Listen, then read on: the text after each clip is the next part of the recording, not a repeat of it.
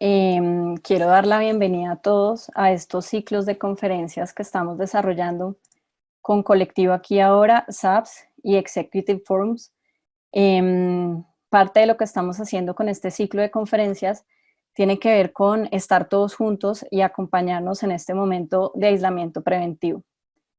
Específicamente el día de hoy, lo que vamos a trabajar tiene que ver con el involucramiento parental. Me presento, mi nombre es Lina María Molina, soy psicóloga y bueno, llevo 7 años trabajando con Colectivo Aquí Ahora. Y para empezar, me encantaría que definiéramos qué es eso a lo que llamamos involucramiento parental en un primer momento.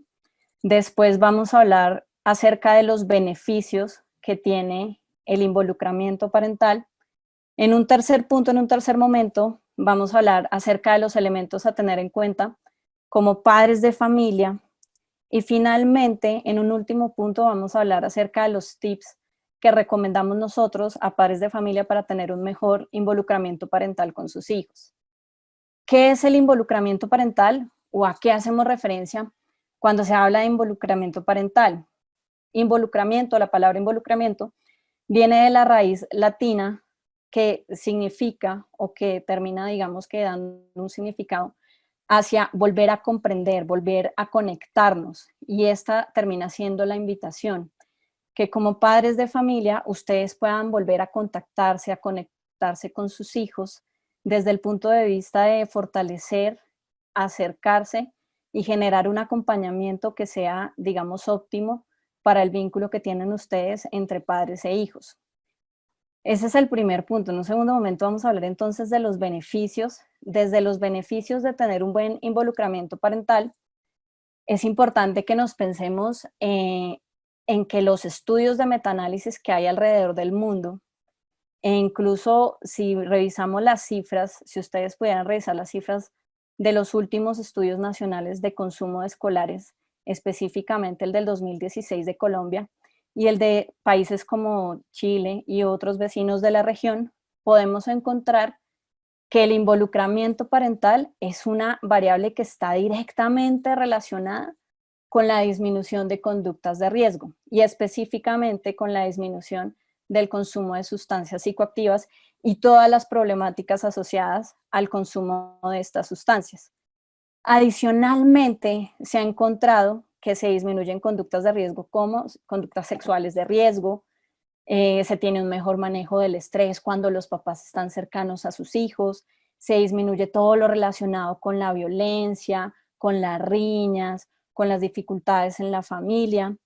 De una u otra manera, lo que nos terminan mostrando los estudios de metaanálisis, la evidencia científica en el mundo, es que tener un buen involucramiento parental permite que muchas situaciones riesgosas, complicadas, puedan solucionarse de una mejor manera o incluso encauzar mejor a los hijos para que no haya tantas dificultades. ¿Qué elementos tienen que tener en cuenta los padres de familia para tener un buen involucramiento parental?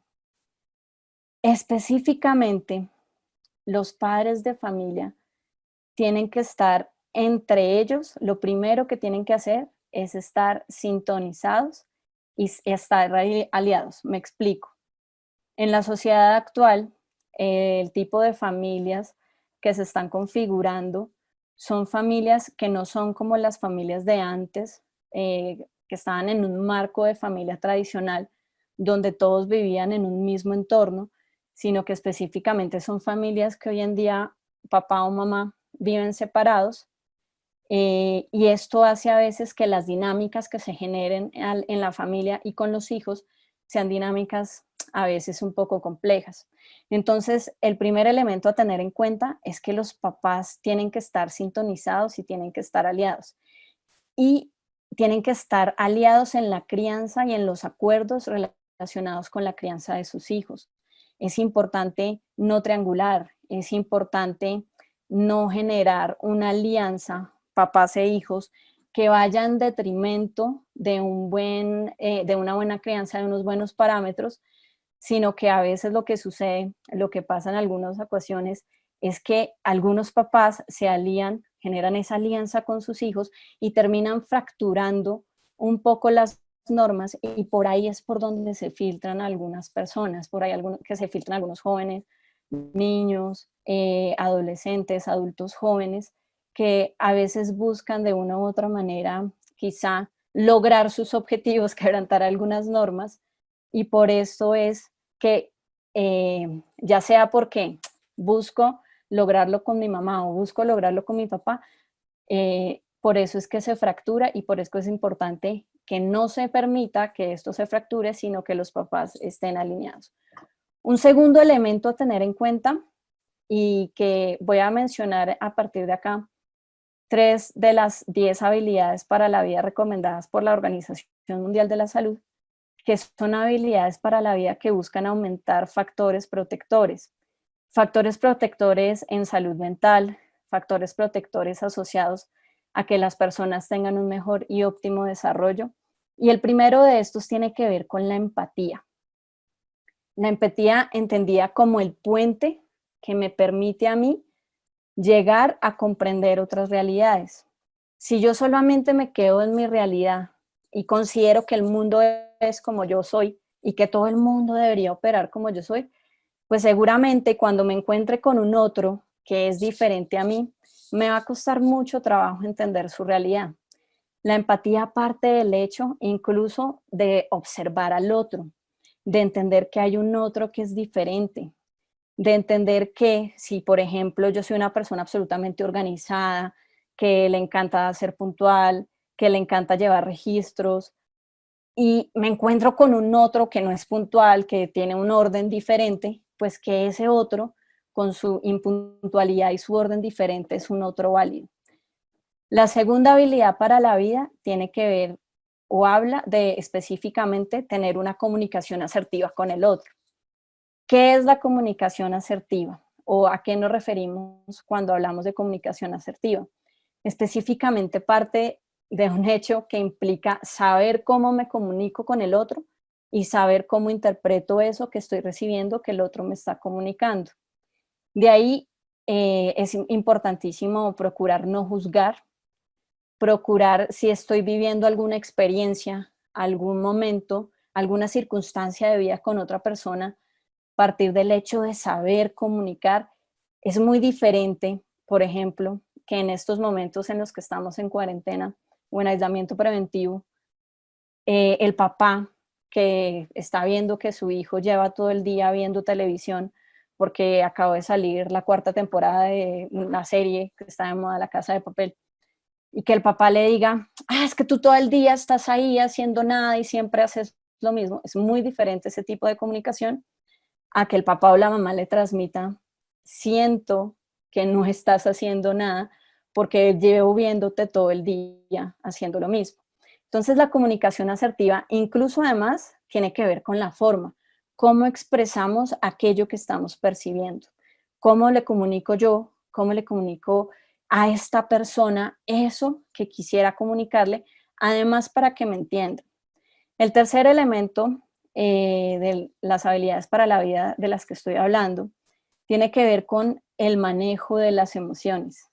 Y específicamente, nosotros hacemos énfasis de 4 emociones básicas del ser humano. Si ustedes alguna vez se vieron la película Intensamente, podrán entender de qué les estoy hablando, pero tiene que ver específicamente con las principales, con las que surgen en situaciones específicas. Y son las 4 emociones que principalmente surgen cuando lo valioso, cuando lo importante se está moviendo. Quiero, por favor, que mientras yo estoy acá hablando de este punto, me gustaría que ustedes pensaran en eso, que es lo más valioso, lo más importante que tienen en la vida. Porque con eso que es lo más valioso, eso que es lo más importante, los voy a llevar por la experimentación o voy a conceptualizar un poco cómo se experimentan y cómo se viven y qué es lo que hay detrás de la vivencia de estas 4 emociones básicas.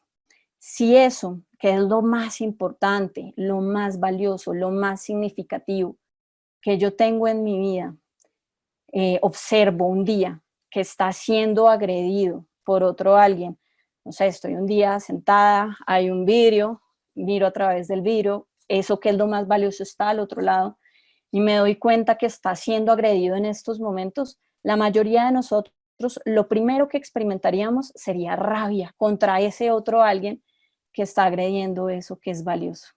¿Eso qué quiere decir? Que la rabia surge a partir de observar, interpretar y reconocer y experimentar que alguien está agrediendo algo que es valioso para mí. Alguien está agrediendo algo que es importante para mí. Y es importante saber lo que está detrás, porque como papás muchas veces en la interacción y en el vínculo con los hijos, pues lo primero que sale y lo primero que surge es la experiencia emocional. Y como dicen muchas veces, no hay un manual con el que vengan los hijos para saberlos criar, más sin embargo, sí hay algunos tips y algunas recomendaciones que es importante y que vale la pena tener en cuenta. Entonces, como les decía, la rabia aparece cuando yo observo que alguien está agrediendo algo que es valioso, algo que es importante para mí. Segundo escenario de emoción, digamos que este no existe, este no está. Vamos a llegar a un segundo escenario. En este segundo escenario, ustedes van a observar que anticipan que eso que es valioso, a eso que yo amo, le puede pasar algo malo. Yo digo, uy, ¿cómo así? Estoy en un momento, me levanto un día, salgo de viaje, llego a una ciudad desconocida y me doy cuenta que todo el mundo está infestado de un virus y que yo podría infestar a las personas y que el escenario más riesgoso es el aeropuerto. No, pues ¿cómo hago? ¿Llego a la casa? ¿No llego a la casa? Anticipo que puede suceder algo malo frente a lo valioso y desde ahí procuro pues saber que estoy experimentando ansiedad y saber que debo actuar de alguna manera. Primer escenario, la rabia. Segundo escenario, la angustia, la zozobra, el miedo. Tercer escenario tiene que ver con la tristeza, con la pérdida de lo valioso. Si yo estaba en presencia de algo que amo, algo que es valioso y lo pierdo y me doy cuenta que se me fue como arena entre los dedos, se desapareció, nunca más voy a volver a verlo en mi vida, pues ahí aparece la tristeza.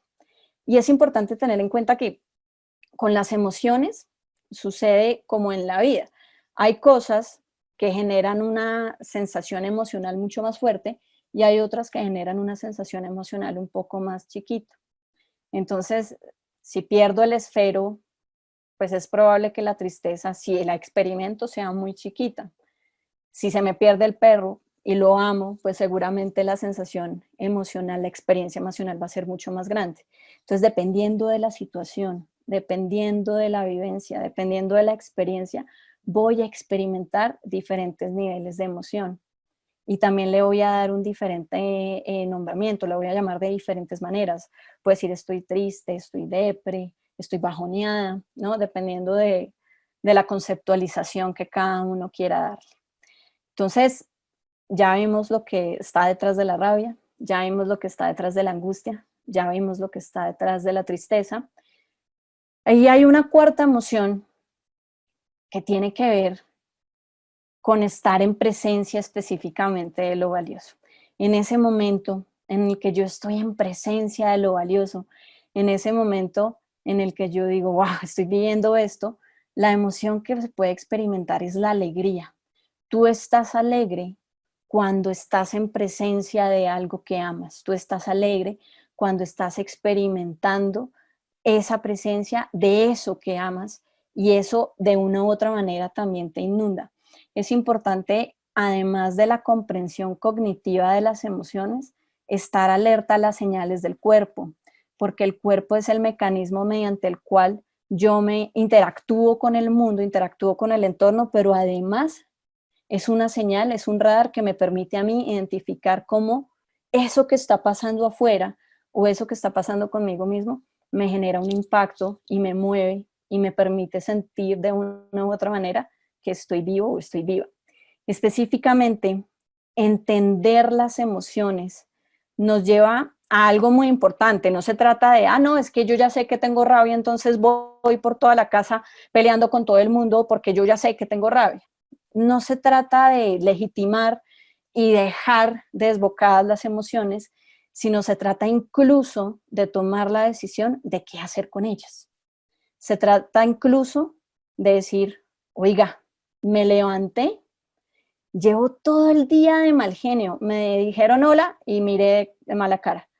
Me preguntaron si quería ayudar a hacer el desayuno y dije, ah. Me preguntaron si quería almorzar y seguí peleando. Darme cuenta de mi estado emocional para poder incluso saber cómo estoy y desde ahí salir al encuentro con el otro. Y también poder darme cuenta del otro cómo está. Un papá de familia tiene que percibir también el estado emocional de sus hijos. Si ustedes perciben rabia en sus hijos, ya saben que esa rabia probablemente está asociada a que algo valioso está siendo afectado por otro alguien. Y esto es importante tenerlo en cuenta porque muchas veces cuando se establecen acuerdos, parámetros, límites y normas, pues el hijo puede ponerse bravo con los papás y ahí la interpretación está bravo porque siente que yo le estoy quitando algo valioso. Tampoco esto es para que sientan culpa, tampoco esto es para que no se mantengan en la norma, sino es para poder comprender al otro e incluso que se responsabilice, enseñarle, acompañarlo a que se responsabilice de su experiencia emocional. Estos son elementos muy importantes, principales a tener en cuenta. Entonces, estar sintonizados como papás, tener un manejo de empatía, tener comunicación asertiva y tener un manejo de emociones adecuado que me permita a mí tener la posibilidad de acercarme al otro de una manera más adecuada. Ahora que quiero que vayamos al siguiente elemento, que tiene que ver con algunos tips o algunas recomendaciones que damos nosotros para que pueda haber un óptimo involucramiento parental, un óptimo acercamiento a los hijos. Y el primero de esto tiene que ver con que es muy importante que los papás establezcan o tengan claridad de cuáles son las normas que van a tener en casa y las consecuencias. A veces puede suceder en algunas familias cosas tales como, no, el papá o la mamá tienen clarísimo que no están de acuerdo con eso y el hijo no tiene ni idea. Lo sospecha, quizá, porque ha visto que sus papás no, pues, reaccionan de una manera en la que demuestran que no está de acuerdo, pero quizá no está tan claro, no es tangible y a veces hay algunas cosas intangibles que es importante volverlas tangibles. Y muy importante, mantener la congruencia y la coherencia con las normas. ¿Qué papá o qué mamá puede esperar que su hijo tienda la cama cuando desea que la tienda, si de repente le dice tiéndela y no estoy de acuerdo con que no lo hagas, pero la mamá o el papá se da cuenta que son las 10 de la mañana, no ha tendido la cama y llega y se la tiende? Es muy complicado esperar que el hijo lo haga si sabe que en algún momento u otro se lo va a hacer. Incluso hay que tolerar el malestar de que el otro no lo haga. Incluso hay que saber qué consecuencia implica que no lo haga. Y hay que desde ahí tener, recuerden, un manejo emocional y poner consecuencias conforme a la falta cometida. Es importantísimo no exagerar. Es importantísimo no dejarse llevar por los estados emocionales. Puede que en estos meses que nos quedan de cuarentena, en este tiempo que nos queda, pues algunos ya de la convivencia diaria lleguen a límites donde, oh, es que llevo diciéndole 15 días que tienda la cama y no lo hace. Y quizá en esa realidad algunos llegarán a puntos donde podrán decir, no, pues no más, por fin le voy a poner una consecuencia porque no me la voy a dejar montar. Y entonces la consecuencia puede estar relacionada a cosas algo así como, si no tiendes la cama, nunca más vas a volver a sacar el perro. Y eso que yo sé que a ti te relaja sacar el perro. Si yo me voy desde la rabia, si yo me voy desde el deseo de venganza, pues finalmente el eco de la consecuencia no va a terminar siendo lo que yo espero en la otra persona. Tienen que ser consecuencias proporcionales, donde no nos dejemos llevar por las emociones, donde sean cosas que no frustren a los hijos. Hay papás que a veces dicen, no, pues es que yo no estoy de acuerdo con que haga eso, entonces le dije que no va a volver a usar el celular en 6 meses. Y aquí es importante, muy importante, tener en cuenta la temporalidad de los hijos, que es diferente a la temporalidad del adulto. Cuando uno es adolescente, y es importante que ustedes recuerden eso, o cuando uno es niño, o cuando uno está más chiquito, incluso en algunas etapas de la adultez joven, pues el tiempo pasa lento. O sea, tú dices, una hora puede ser la eternidad, no tienes en cuenta muchas obligaciones que tienen los adultos. En cambio, el tiempo del adulto va a toda. Para un adulto quizás 6 meses pueda hacer nada. Para un adolescente, para una persona menor, 6 meses puede ser una eternidad. Entonces, poner consecuencias asociadas a 6 meses a una persona menor puede generar algunas dificultades en términos de frustración y sobre todo sentir que, pues igual si voy a durar 6 meses da la misma, si me porto bien o me porto mal. Entonces es importante ser estratégicos en la forma como ustedes van a poner consecuencias a sus hijos, ser coherentes, ser congruentes, no negociar la consecuencia, mantenerse. eh, y el mantenimiento de la consecuencia es importante desde el punto de vista de, de la consistencia y la estructura. Los hijos muchas veces necesitan consistencia y estructura, y específicamente aquellos de esos temperamentos y esas personalidades o modos de ser que a veces tienden a desafiar un poquito más. Esos que desafían un poquito más necesitan o están pidiendo de una u otra manera a gritos más estructura, y a la vez están demostrando que quizás su estructura está un poco inestable. No esperen, un segundo tip es que no esperen que siempre les hagan caso. Y esto, digamos que uno lo escucha y puede pensar como es algo absurdo que nos digan como así. Si yo pongo una norma, pues estoy esperando que me hagan caso. Pero específicamente los límites y las normas parten de, o digamos que el objetivo principal no necesariamente está asociado a que el otro me haga caso, sino que específicamente está asociado a que el otro ejerza su libertad, a que el otro pueda tomar decisiones, a que pueda decir si sí hago o si no hago caso, a que pueda discernir.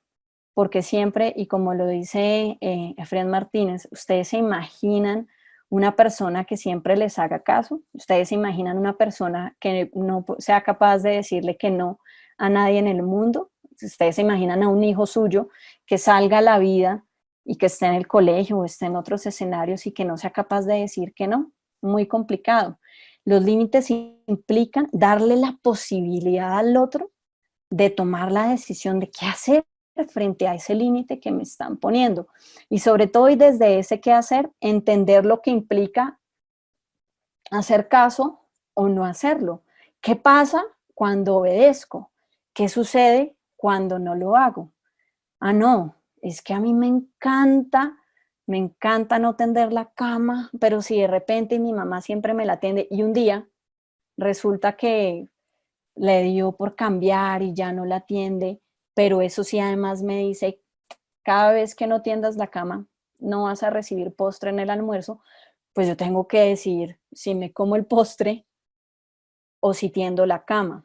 Y si me encanta el postre, pues seguramente eso me va a llevar probablemente a esforzarme por tender la cama. Tomar las decisiones de qué valen más. Algunas personas dirán, no, pues a mí no me gusta el postre, entonces me da la misma.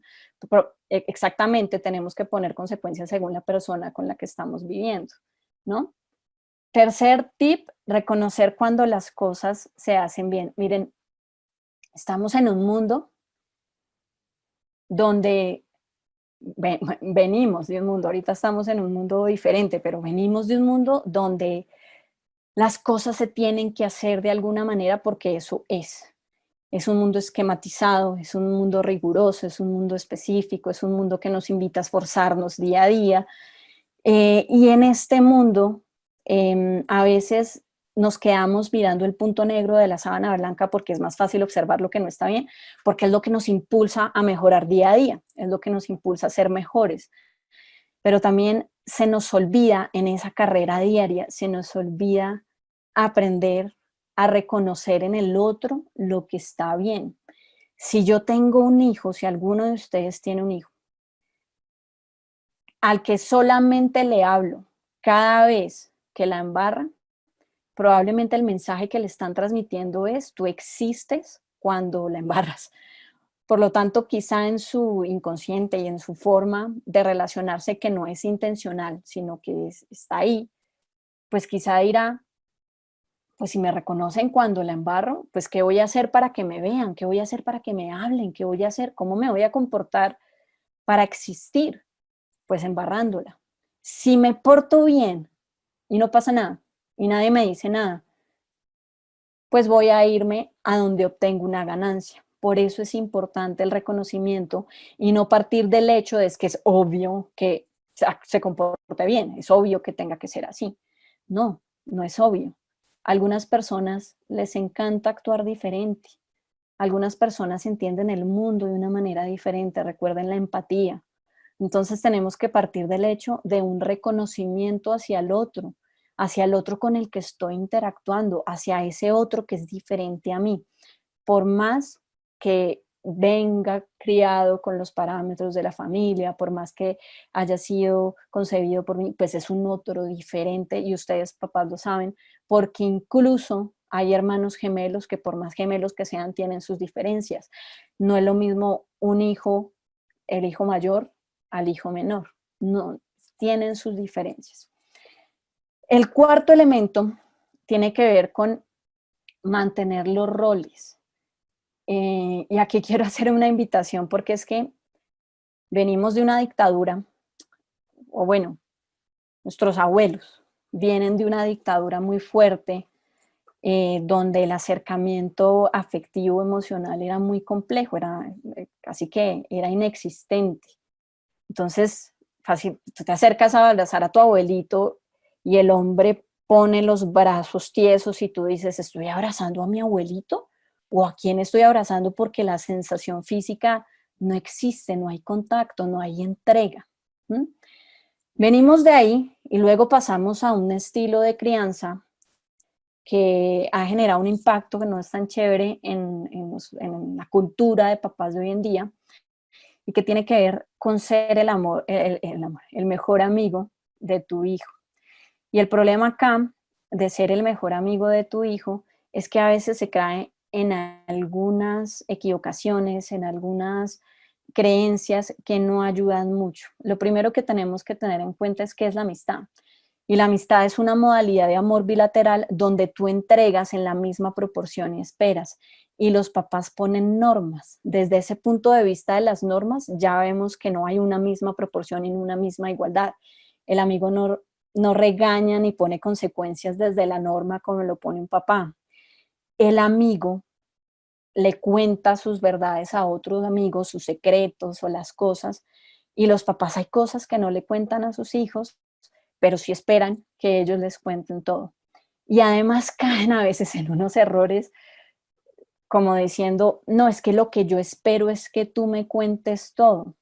Hay papás que a veces dicen: Lina, pero ¿cuál es el problema? Lo importante es que me cuente la primera vez que se emborrachó. Y yo le digo: listo, te cuenta. ¿Y qué pasa? No, no pasa nada, me contó. Yo le digo: ok, ¿y entonces qué va a pasar cuando te cuente la primera vez que metió coca? O la primera vez que consumió alguna otra droga. ¿No va a pasar nada? Para invitarlos a que se den cuenta que el hecho de que les cuenten, valga la redundancia, muchas veces no es suficiente y no debe ser el punto máximo del vínculo entre padres e hijos. Entonces es importante mantener los roles, saber quiénes son los papás, que no sea la proporción regaño, los hijos regañando a los papás, sino que haya una equivalencia y haya una claridad, porque es que a veces tú ves niños que están desde los 4 años regañando a los papás de una manera increíble y uno dice: ve, y lo peor es que no es que eso suceda, sino la reacción de los papás. Algunos papás dicen: sí, perdón. Y uno dice, como que la cosa está invertida. Entonces tenemos que volver a solidificar los roles. Recuerden una frase muy importante del psicólogo Alejandro de Barbieri, psicólogo uruguayo. Él dice que educar es cansarse amorosamente. Ustedes se van a sentir cansados, papás, ustedes se van a sentir por momentos agotados. Algunos dirán en un momento, uy, no, no, no más, quiero botar la toalla. Pero entre más coherencia, entre más estructura, entre más cercanía, entre más involucramiento haya, la cosa puede ir andando de una manera un poco más fácil. No quiere decir que no haya excepciones a la regla, por supuesto que las hay. Hay hijos maravillosos que crecieron de unas familias que uno dice, ¿cómo hizo para crecer? No tengo ni idea. Y hay hijos desastrosos que uno dice, pero los papás la tienen clarísima y ¿por qué pasó esto? Pero son excepciones a la regla. La tendencia es que con estos tips, pues la mayoría de las cosas funcionan porque además son cosas que se han venido, como les decía al inicio, estudiando, midiendo por estudios de metaanálisis.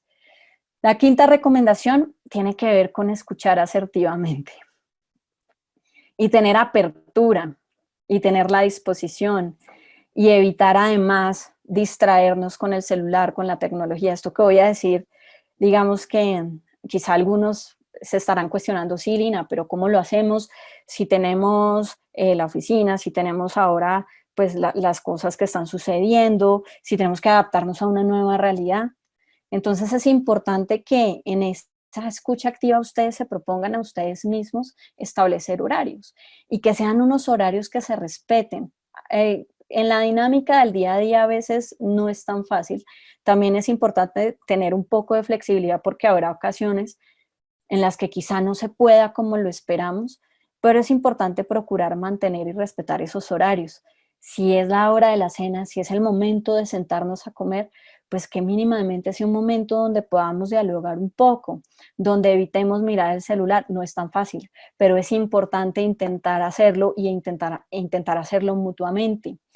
Sí sé que con la realidad actual tengo una reunión en la mañana con el colegio, una reunión al mediodía con el colegio, una reunión en la tarde con el colegio, pues dedicar a eso, organizar todo, procurar también organizar lo que tiene que ver con el escenario laboral y disponer un momento del día para encontrarnos. Porque es que además, si ustedes se fijan, el mundo del que venimos, el mundo en el que crecimos, es un mundo en el que cada día los papás están más por fuera de casa, tienen más tiempo en el que no están presentes y los hijos tienen más tiempo para sí mismos, para estar, digamos que, haciendo otras actividades y a veces la posibilidad de encontrarse no es tan fácil. Y partamos del hecho además de los tiempos de cada generación que son diferentes, no es lo mismo ser adulto, ser una persona de 30, 40, 50 años que está trabajando, que tiene unas responsabilidades, que está con la mente en... ¿Mm? Además porque el desarrollo cerebral da para que la percepción del tiempo sea diferente, a ser una persona más pequeña, de 6, 7, 10, 15, 20 años, cuya percepción del tiempo es diferente. Entonces resulta que en un día, hace 6 meses, entre semana, se levanta un papá, se levanta una mamá, la percepción del tiempo es tan diferente que resulta que en 20 minutos ese papá o esa mamá se levanta, saca al perro, hace el desayuno, se baña, se alista, mejor dicho, hace de todo. Y en esos mismos 20 minutos, además de haber despertado a su hijo, llega a los 20 minutos al cuarto de su hijo y le dice, pero tú, ¿por qué no te has levantado? Y el hijo, que en esos 20 minutos ha tratado de entender que existe, que es una persona humana que tiene que funcionar en el mundo, abre los ojos con toda la velocidad y le puede decir, ¿cuál es el problema? ¿Sí? Los tiempos son diferentes. Pues resulta maravilloso, un poco dentro de la ironía de lo que estamos viviendo ahora, ver cómo esta situación nos permite encontrarnos en el tiempo, nos permite tener más momentos de cercanía. Y de ahí parte también la oportunidad de aprovecharlos al máximo, de poner todos los tips, todas las recomendaciones a flote para que podamos generar un acercamiento e involucrarnos más con las personas con las que vivimos. Sexto tip tiene que ver con incentivar el sentido de vida.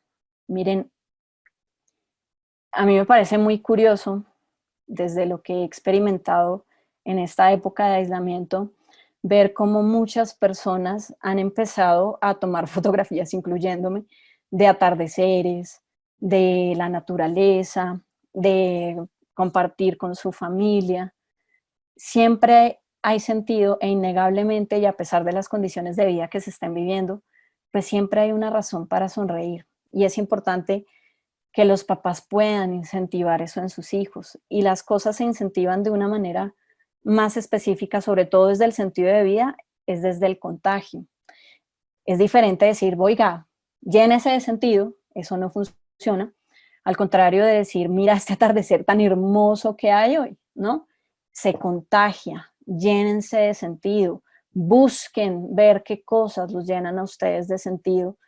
Y de esta manera también podemos transmitirle al otro lo que es experimentar, lo que es vivenciar, lo que es estar en un estado de sentido de vida. Adicionalmente, quiero llegar como a algunas preguntas que les pueden servir a algunos de ustedes o que les pueden servir a varios acerca de qué cosas puedo preguntarme a mí mismo o a mí misma que me puede permitir acercarme a esta otra persona. Es diferente y algunos papás a veces parten de la pregunta de ¿cómo te fue hoy en el colegio?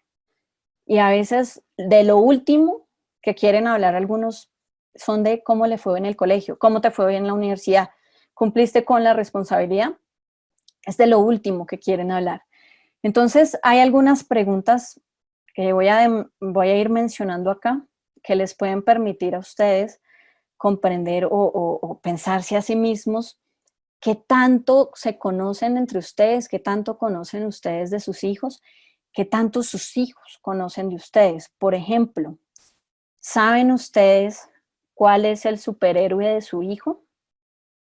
¿Han hablado alguna vez de eso? Necesariamente estamos hablando de un superhéroe de película o puede ser una persona del cotidiano que ellos admiren o una persona influyente que ellos admiren. ¿Les han contado ustedes a sus hijos cuál es el superhéroe de ustedes? ¿Cuál es la persona que admiran? ¿Quién los inspira?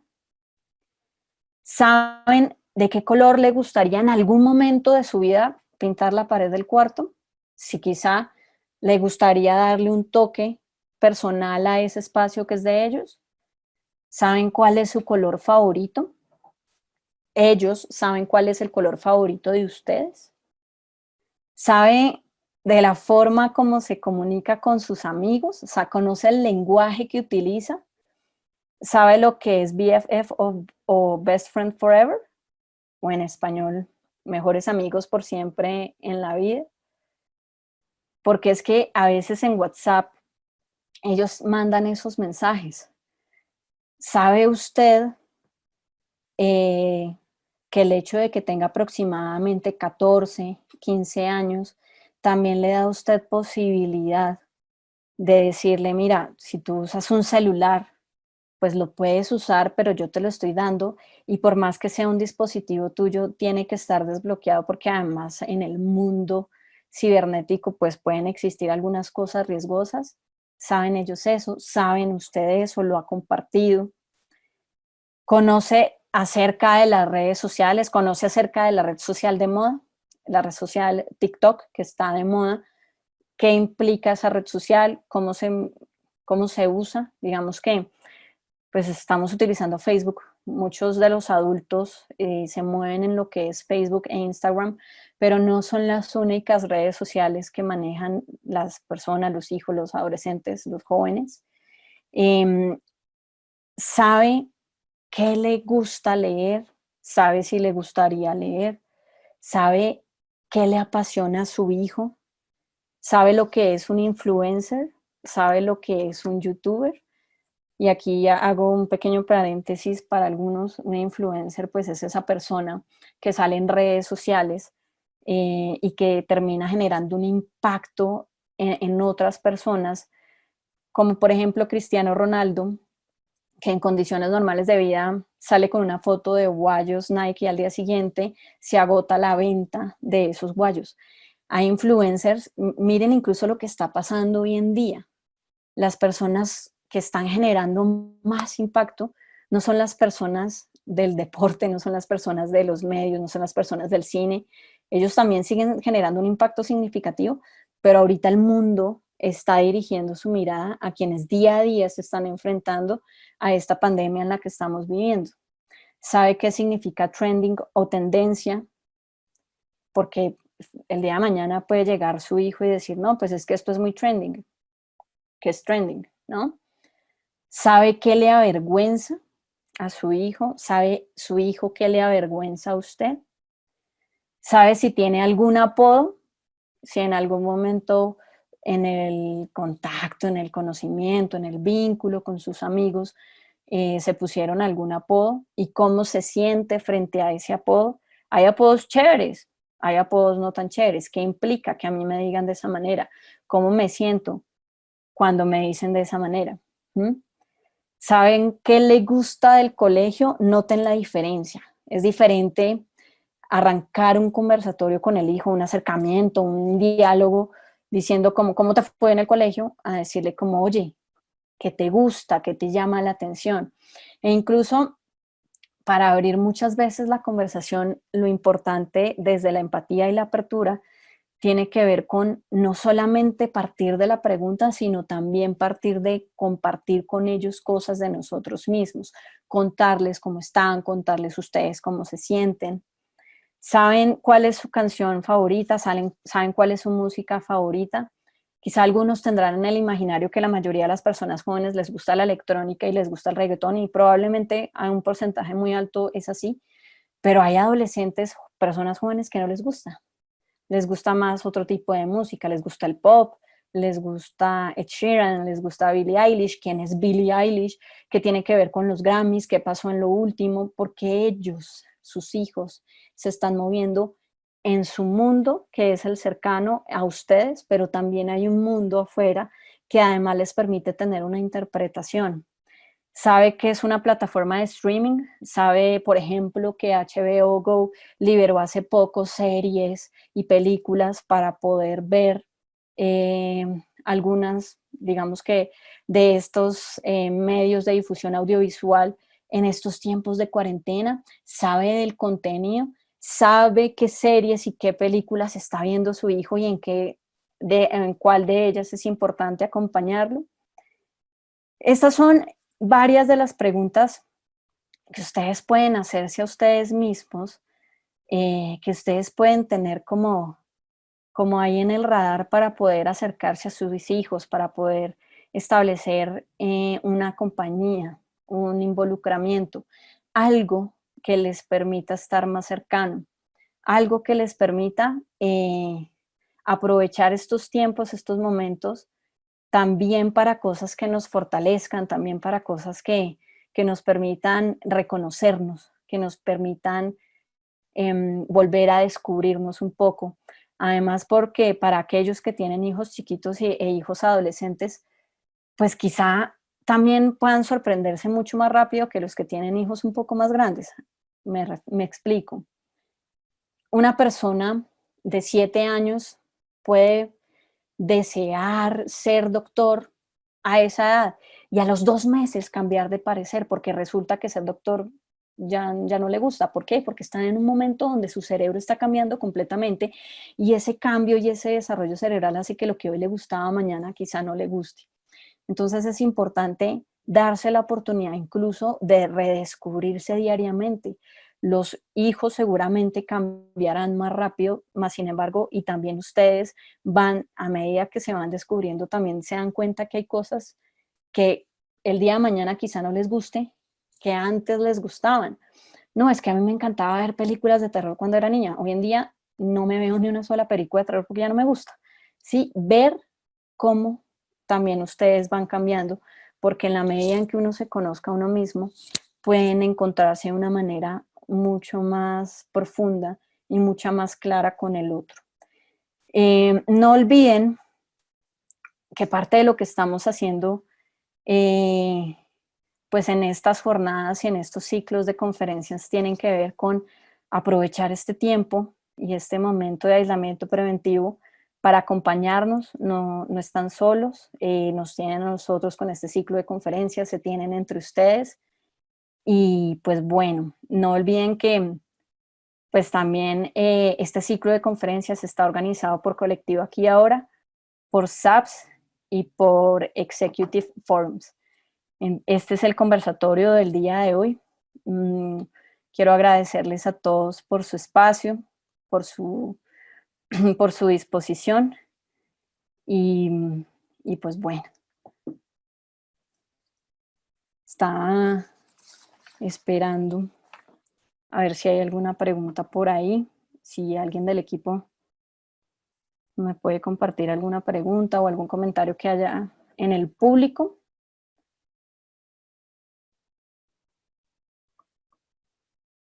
Y quiero agradecerles a todos.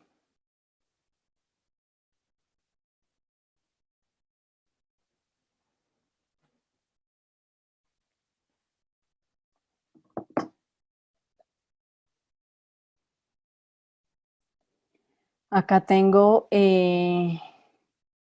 una intervención de Katiuska Vera que dice: lo ideal es que los padres se pongan de acuerdo en las normas y el ejemplo que dan a sus hijos. Pero cuando eso no es posible porque alguno no está de acuerdo y no lo va a estar, ¿cómo se debe manejar? Sí, por supuesto. Muchas veces suceden tensiones, muchas veces suceden momentos incómodos. Es importante la coherencia, es importante también el mantenimiento de la norma. Si yo sé que yo tengo un parámetro en el que mis hijos deberían, digamos que de una u otra manera, seguirlo porque es algo que espero que sea así. Obviamente van a esperar que sea así, aunque la invitación es a que no sea tan riguroso. Pues es importante ser consistentes, no bajar la guardia. Si es algo no, reconocer incluso si es algo no negociable. Si es algo negociable, pues entrará dentro de la dinámica de lo que se puede negociar, pero hay cosas que no son negociables. Entonces, identificar si es algo negociable, si no es negociable, es importante que no todo se negocie, porque si todo se negocia, entonces, pues va a haber mucha confusión frente a la realización de normas y a la realización de esta estructura. Entonces, es importante ver también los papás en qué cosas entran a negociar y en qué cosas definitivamente no. Y en esas que no, cuando los hijos no están de acuerdo, pues mantenerse. Porque de una u otra manera es importante volver, un poco yo a veces lo digo en las conferencias que tengo con colegios y demás, volver a, pues mientras tú vivas en esta casa, pues vives bajo mis parámetros, bajo mis normas, ¿no? Si quieres, tienes todo el derecho de hacer normas diferentes, date la oportunidad, los recursos para hacerlo de una manera diferente. Esa es, digamos que la recomendación que damos, que doy al respecto. Voy a ver qué más comentarios hay. ¿Cómo no dejarnos llevar por la rabia o venganza a la hora de decidir sobre las consecuencias de los actos de nuestros hijos? Pregunta John Torres. Es importante la respiración, es importante distanciarse en esos momentos en los que se puede experimentar la rabia, porque tampoco la idea es que no se experimente, la idea es poderse permitir la experiencia emocional, más sin embargo saber que muchas veces no es el momento adecuado para actuar frente a la emoción, si la emoción me lleva a unos límites en los que no es el momento, darse el espacio, darse tiempo, y ya cuando haya un poco más de claridad emocional, ahí sí poder tomar las decisiones. Entonces, pues resulta que llevo los 15 días pidiéndole que tienda la cama, ya me exasperé, pues en ese momento no va a ser el momento de actuar, sino que lo voy a hacer en otro momento. Voy a procurar movilizar la rabia, voy a procurar, si tengo que hacer algo con esa rabia, es importante poder canalizarla, poder expresar, poder poner una canción de música donde yo pueda movilizar mi emoción, pueda expresarla. Esa es una de las herramientas que a veces se utilizan para poder tener movimientos emocionales o escribir, coger una libreta y escribir y desahogarse para poder hacer una descarga y ya después, con un poco más de tranquilidad, pues ahí sí tomar la decisión de qué hacer frente a de lo que está sucediendo, lo que estoy viviendo. Muy buen contenido, mil gracias. ¿Cómo manejar un adolescente que pareciera estar en estado permanente de rabia, mal genio? Ayudarlo a tener un movimiento emocional. La rabia es una emoción que nos invita a actuar. Si yo, por ejemplo, acabo de comer algo, pues seguramente lo que va a hacer mi cuerpo es dirigir toda la energía que tengo en él al estómago para que empiece todo un proceso digestivo. Sin embargo, si me da rabia, esa energía que está en ese momento en el estómago va a dejar de estar ahí. Se va a dirigir ¿a dónde? A las manos y a las piernas, a la vista y a la escucha, para que los sentidos estén tan alerta y me permiten actuar de esta manera. Porque piensen de dónde venimos. Nosotros venimos de una historia donde en algún momento pues todo lo que tenía que ver con la rabia es lo que nos permite tomar reacción frente a defender algo. Si el ser humano antiguo estaba en una cueva y veía que se avecinaba un león que iba a atacar a alguien que amaba, pues lo primero que iba a hacer era salir a defender a ese ser que amaba. Entonces la rabia nos invita a actuar. Es muy importante esto porque es que estamos en una sociedad donde las emociones están muy mal vistas y tenemos un poco de analfabetismo emocional, porque estás triste, ay, pero ¿por qué siempre? No llore, no se ponga triste. Y a veces hay gente que incluso frente a personas que han perdido seres queridos les dicen no llore, que es algo que parece un absurdo, pero estamos en una sociedad que invita a que tú no tengas la posibilidad de experimentar la emoción.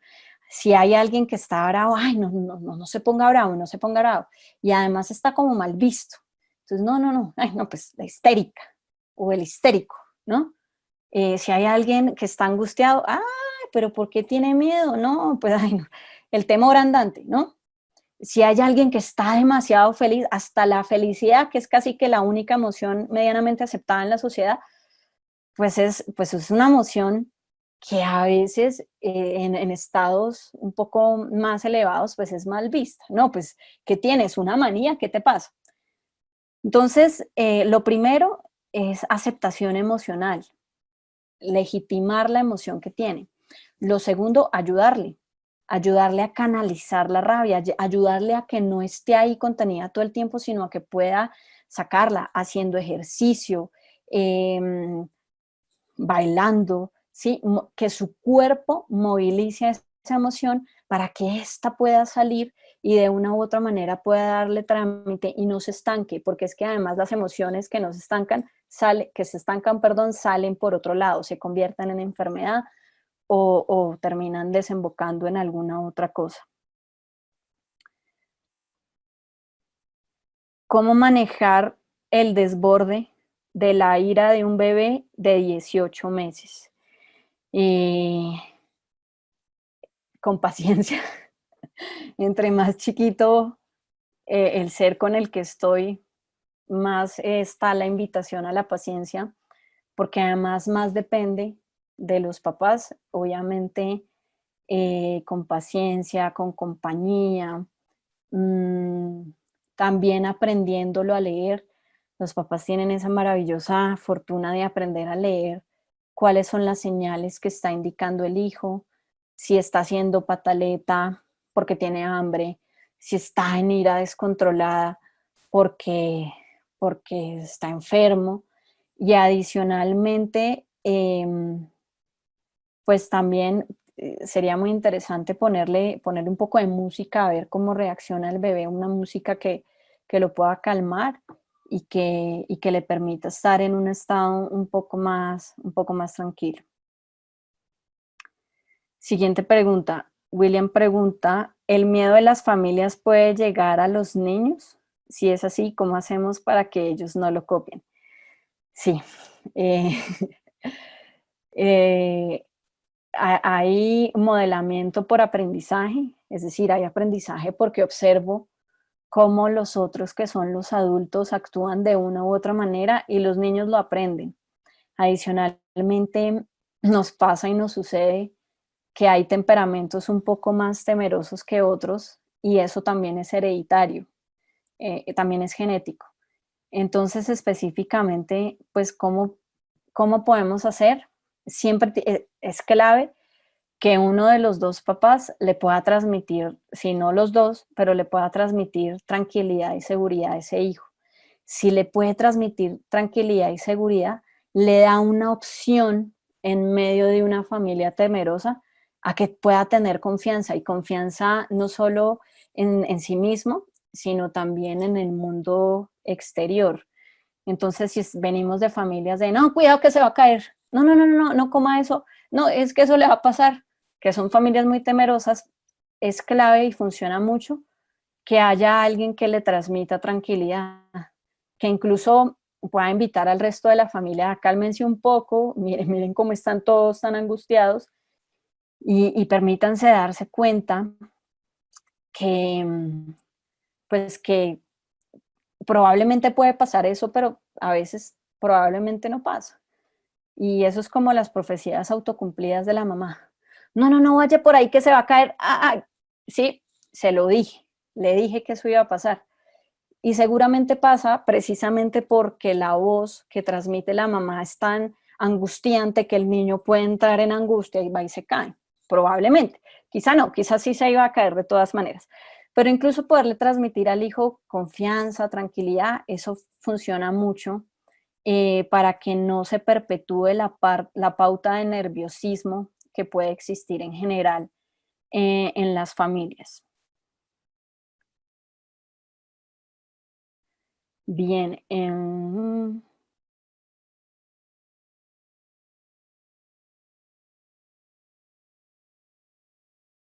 estoy buscando más dudas, más preguntas. Tengo acá una que dice cómo se construye la estructura entonces.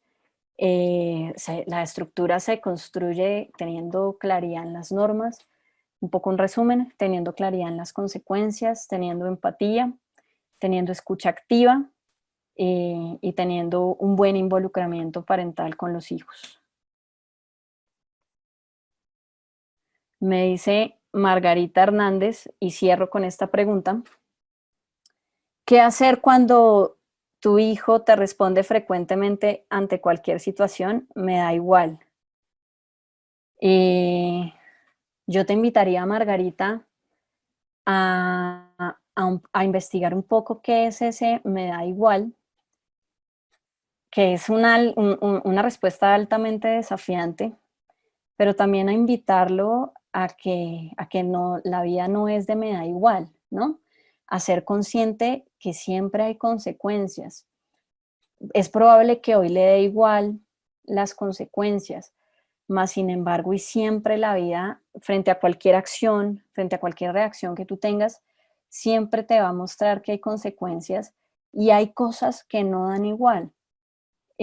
A veces no usan el me da igual, sino es que no pasa nada, no, siempre pasa algo. Siempre de la manera como tú actúes, siempre sucede algo. Y estas personas que ya están en un estado de "Ay, me da lo mismo", pues seguramente están en un estado de desesperanza aprendida. Y a veces lo que necesitan es un poco más de refuerzo positivo. No solo señalarle, no es que la embarras, es que no haces, sino mostrarle también como acompañarlo que pueda alumbrar esas cosas que puede hacer bien, que desde lo que lo emociona, desde lo que es importante, permitirle ver aquellas cosas que hace bien, aquellas cosas mm, que lo pueden movilizar y que pueden de una u otra manera ser tan valiosas que ya no le da igual, porque hay algo que vale la pena, porque hay algo importante, porque yo no puedo correr el riesgo de perder esto que me parece valioso, esto que me parece importante. Pero si todo siempre es desde la censura, probablemente le dé igual. Estoy haciendo, digamos que, un aporte, obviamente, sin conocer específicamente tu caso, pero sí hago una hipótesis a partir de lo que he visto en muchos momentos de consulta, donde se llega a ese me da igual. Bueno, muchas gracias a todos por su tiempo, muchas gracias a todos por su espacio, por estar acá todos en este encuentro. Espero que lo hayan disfrutado mucho. Yo lo disfruté mucho. Que estén muy bien.